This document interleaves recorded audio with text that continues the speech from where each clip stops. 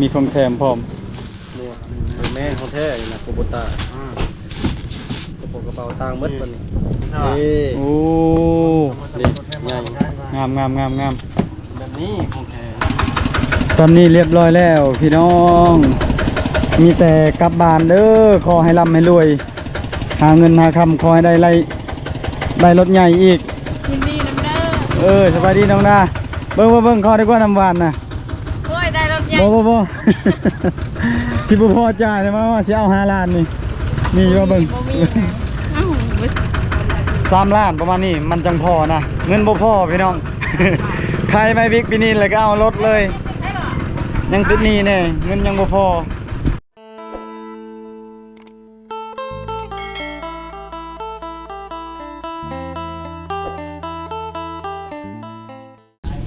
สบายดีทุกคนสบายดียามเช้าๆมื้อนี้เป็นมื้องามยามดีเข้าเมืองไป 4-5 คนประมาณนี้แหละไปเบิ่งรถไถอยากได้รถไถสบายเข้าป่าเข้าดงออกไห้ออกสวนรถไถอยู่บ้านมันแพงเพราะว่าเงินยังบ่พอเงินน่าจะประมาณ40 ปลายล้านพี่น้องรถไถสิตกอยู่60 ปลายล้านในพันเองก็สิเอาโตงามๆเลยนะคันงามๆ30 ปลายล้านก็มีแต่ว่าใส่บ่ฮอดปี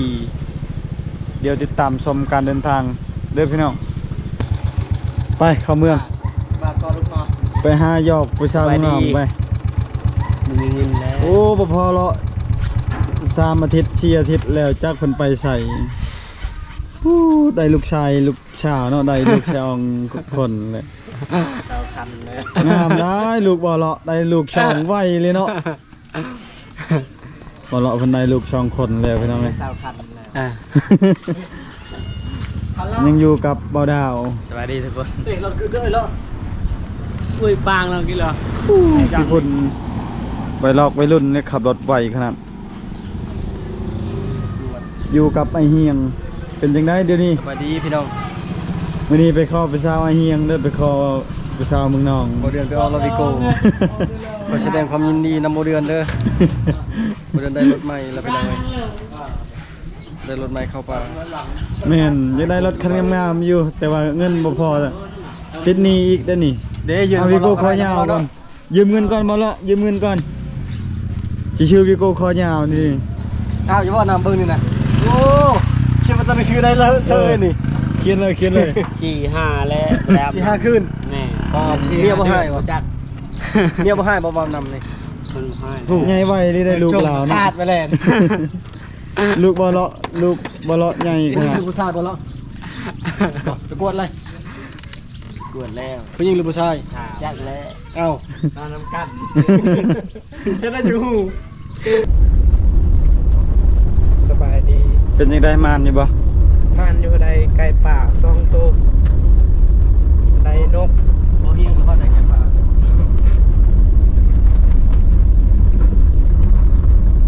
น้องสาวคนสวยสบายดีอย่าตดเด้อแต่ใครและมักตดไอเดือนมักตดต้นเล็กน้องดอกลูกตัวพัง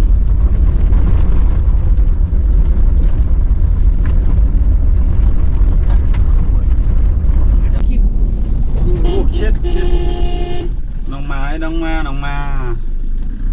ระวังด้วย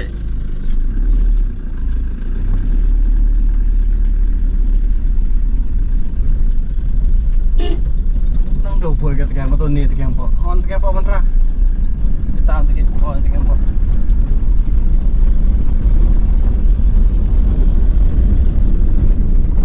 ไปลุงพยาดาช่วยกันน้องเนาะ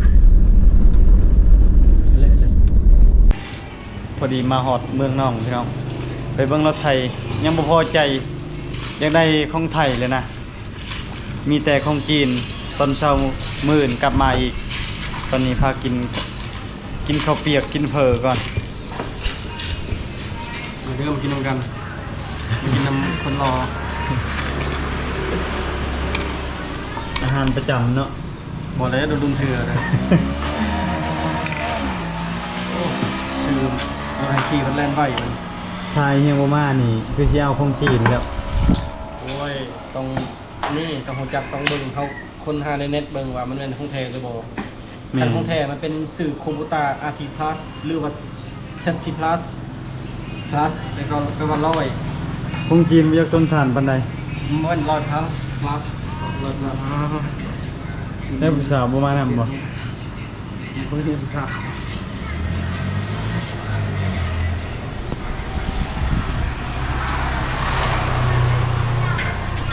ได้ของเล่นใหม่บ่หรือว่าตัวเก่า ได้คอมครับได้ MacBook ของใหม่โอ้ การซื้อมือสองเขาชื่อ15,000 16,000เป็นมือสอง2,000 ไปซื้อรถไทยบ่ได้คมอีกเนาะ ก็ได้คอมแมน ว่าเขาสั่งกระเปิดยูเรียน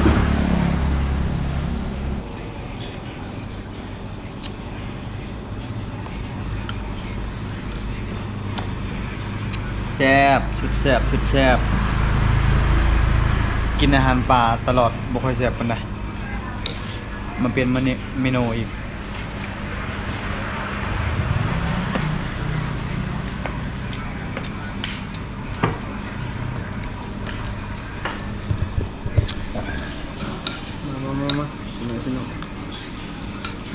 บ่พอน้ำนี่น้ำ ใส่เติมแล้ว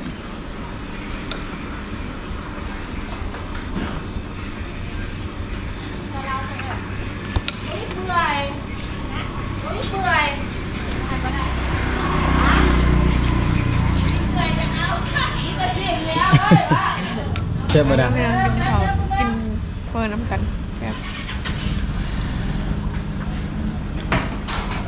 เปื่อยก็ต้องเอาเปื่อย แซ่บแน่นอนแม่ค้าเนาะแซ่บแซ่บ แซ่บหลายห้านประจำสวัสดีแม่ค้าแค่โลนึงได้โลนึงเท่าไหร่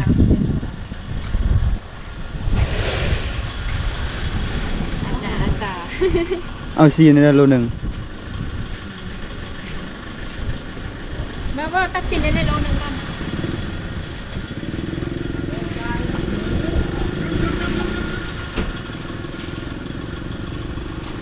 ซีดแน่โลนึง บอกเขาเลยดิ โลเท่าไหร่ เห็นช้า เชิญชาบ่ บ่ได้เอาบ่ไปสาวบ่เอาแต่ซีน เอาไปซีดก่อนนะเสียง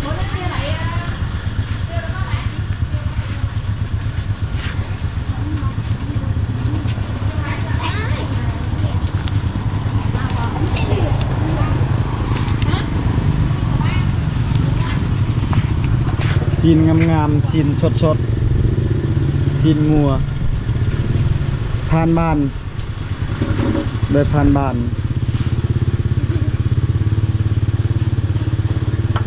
อันเตชินปะ อย่าได้ทำนี่ก็ได้ซีนติดนั่นก็ได้ บอกเราว่าอันเตชินว่าเอาข้างใน ไม่ได้เอาข้างในดาว เอาเลยเว้ย อ้าว คุณเบิ่งบ่ นั่นมี30โลนึงนั่นถุงนึง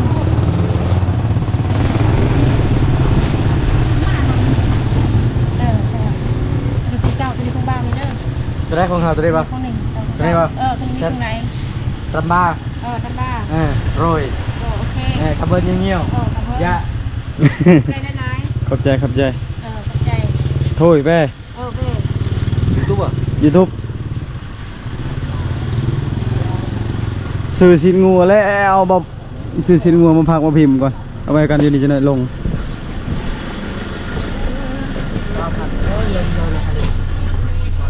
ไปใช่ เลสดา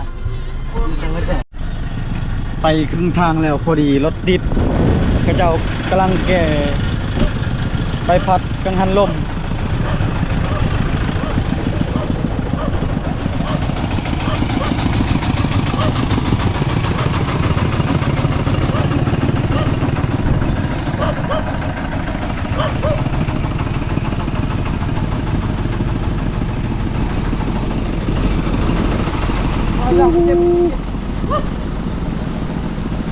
ใหญ่ยาว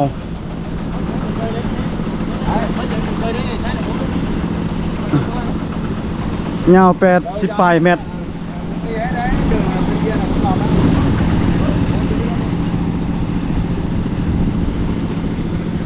พอดี3คันพี่น้อง3คันเต็มเลย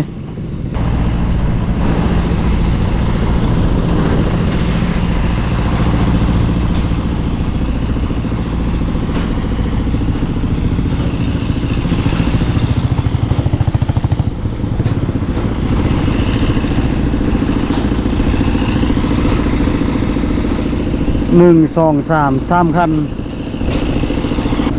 พระเจ้าเริ่มเฮ็ด3-4 เดือนแล้วยังบ่ทันได้แล้วประมาณ4 ปี 5 ปีไปที่แล้ว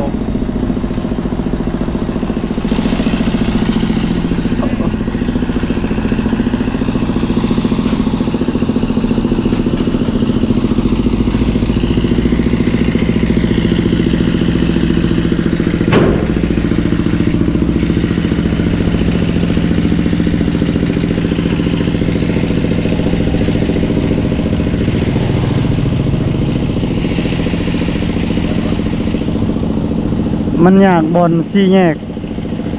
ยาวมันมีอยู่เส้นทาง4 แยกไปบ่ได้เด้อโอ้ยาวพี่น้องเอ้ยโอ้80 เมตรยาวคักขนาดเลย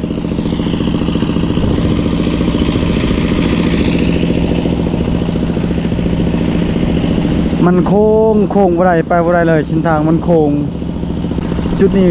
4 แยกอยู่มุมหน้าจะไปบ้านเฮา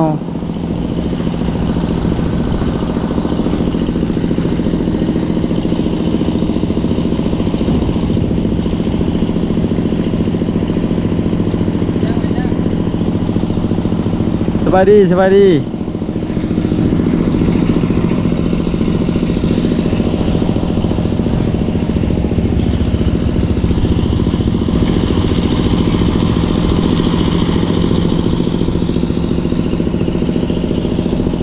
เส้นทาง4 แยกไปบ่ได้ต้องถอยหลังก่อนถอยหลังแล้วก็กลับมาที่เข้าไปบ้านเฮาเส้นทางยากพี่น้อง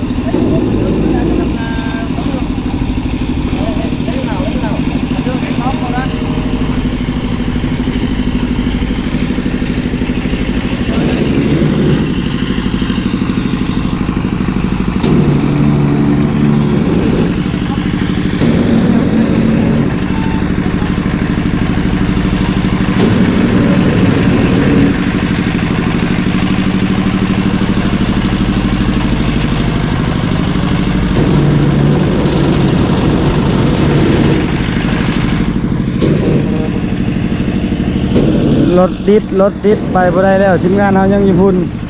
ยังท่ารถติดก่อน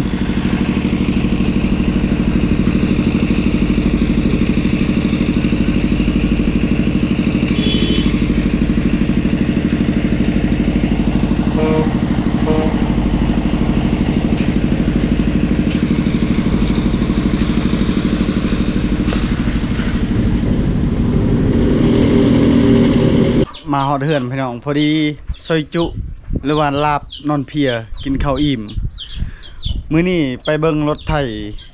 บ่แม่นของไทยพี่น้องยี่ห้อมาจากญี่ปุ่นหรือว่าประเทศจีนบ่อยากคักปานใดเขาเจ้าใส่บ่ฮอดเดือนบ่ฮอดปีรอท่ามื้ออื่นพี่น้องมันจะมาฮอดเครื่องมาแต่ไทยใส่ทนทานใส่ดียอมรับว่าดี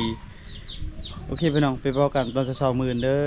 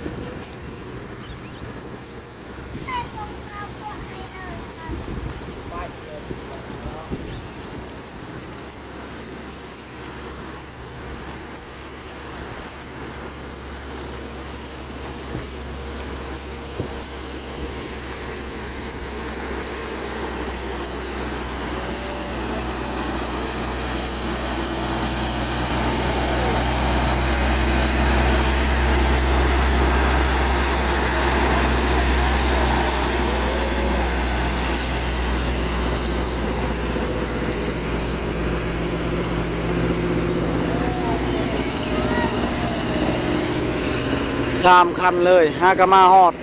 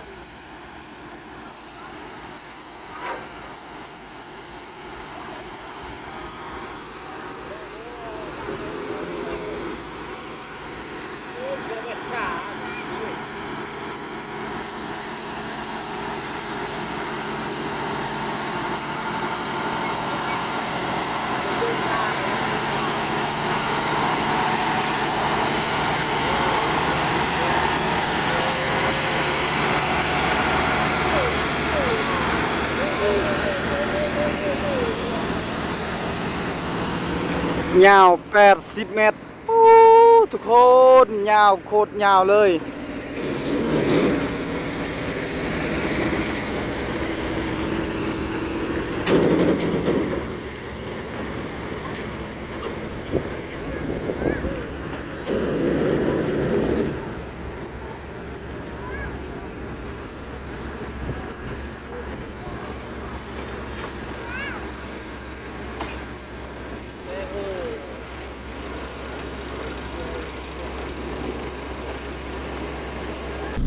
สบายดีตอนแรงๆพี่น้อง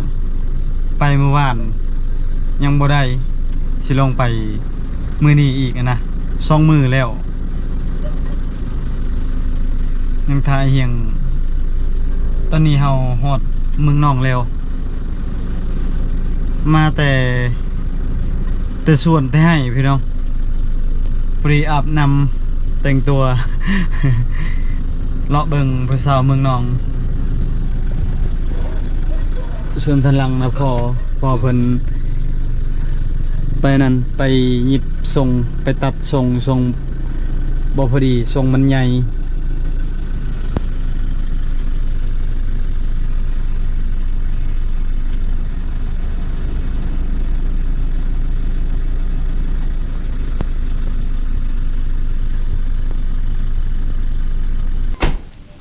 หามทุกสิ่งทุกอย่างเพิ่นขายเครื่อง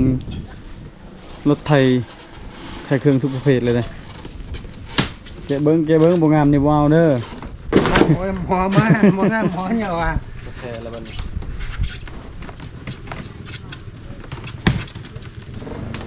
หมองามนี่มาใส่นี่หมองามสยามนี่เขาเขียนว่าสยามคูบุตา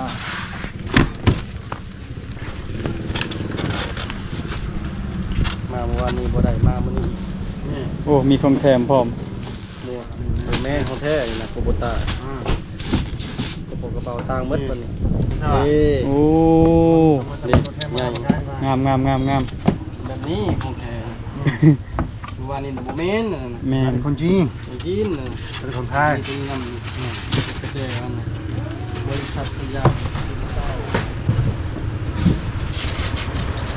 ได้แล้วพี่น้องได้โตของแท้แล้ว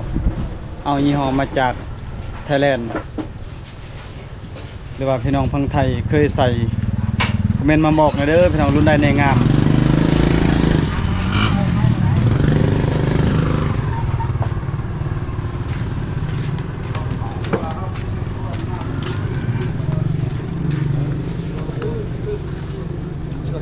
บ่มีบ่ของแถมบ่คือบ่แถมให้ผู้ชาวจีนเลย เทียงอย่างเทียนภาษากัน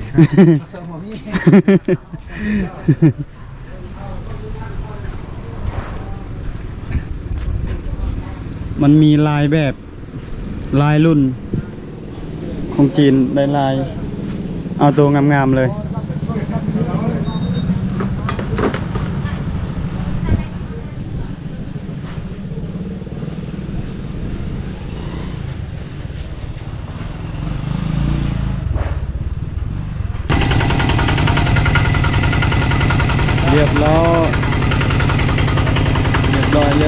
ร้อย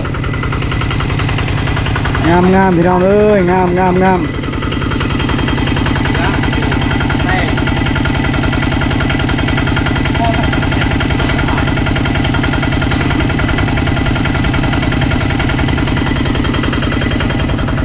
ตอนนี้เราอยู่เมืองนองพี่น้องกำลังอยู่เมืองนองแข่งสวรรณเขต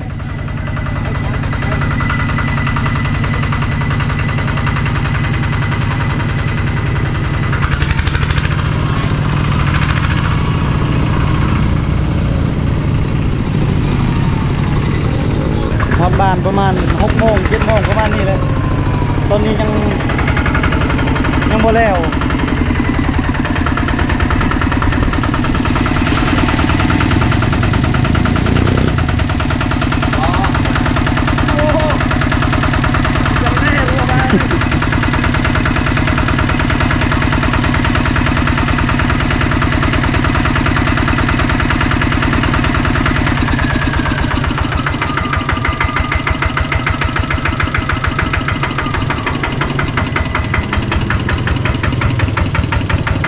งามงามงาม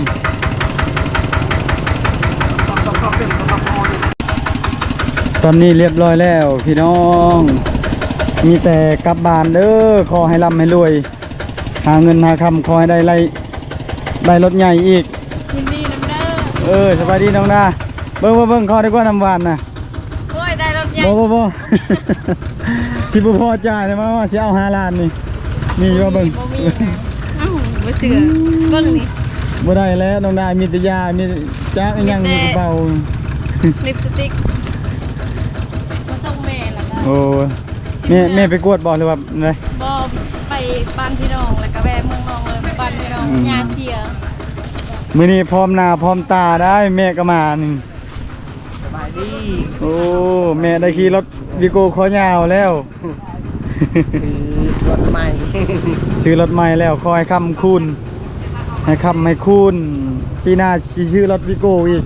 ปีนี้ได้รถ อย่าให้ไผรักอีก โดยแม่นสมือนี้โจรนี่โอ้พี่น้อง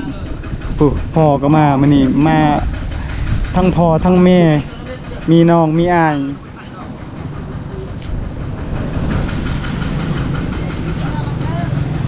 โดยกลับก่อน ไปคำไม่คูดพี่น้องเอ้ยได้รถใหม่แล้วสบายออกป่าออกดงพอดีทึกอยู่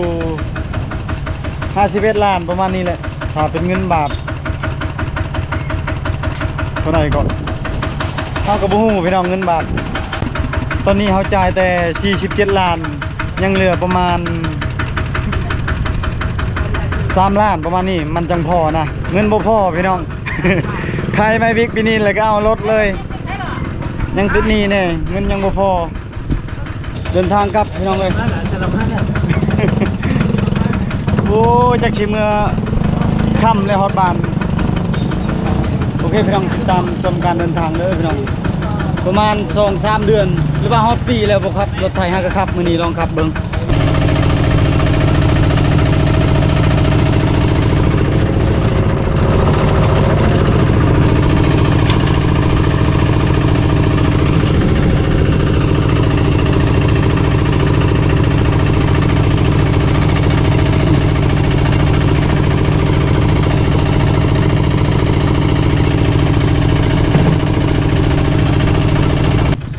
พอดีคำก่อนพี่น้องแต่เมืองจากบ้านเฮาประมาณ35 กิโลหรือว่า36 กิโลประมาณนี้แหละมันคำก่อน2 มื้อ3 มื้อในพันเดือนไปจอบ บ่มักคือว่านั่นแหละพี่น้องบ่มักของจีนมักแต่ของไทยก่อนอื่นก็ขอขอบใจเด้อสำหรับเข้ามาติดตามแต่ต้นจนจบหรือว่าเป็นกำลังใจช่วงนี้ในพันเดือนบ่ค่อยเฮ็ดคลิปเพราะว่าเวียกหลายพี่น้องเวียกบ้านแน่เฮ็ดให้เฮ็ดชวนนั่นแหละบ่มีนาแล้วเฮาซื้อรถคันนี้แล้วก็สบายเข้าป่าเข้าดงก็สำหรับคลิปนี้บ่มีหยังมาพักมาตอนไปพอกันวิดีโอหน้าบาย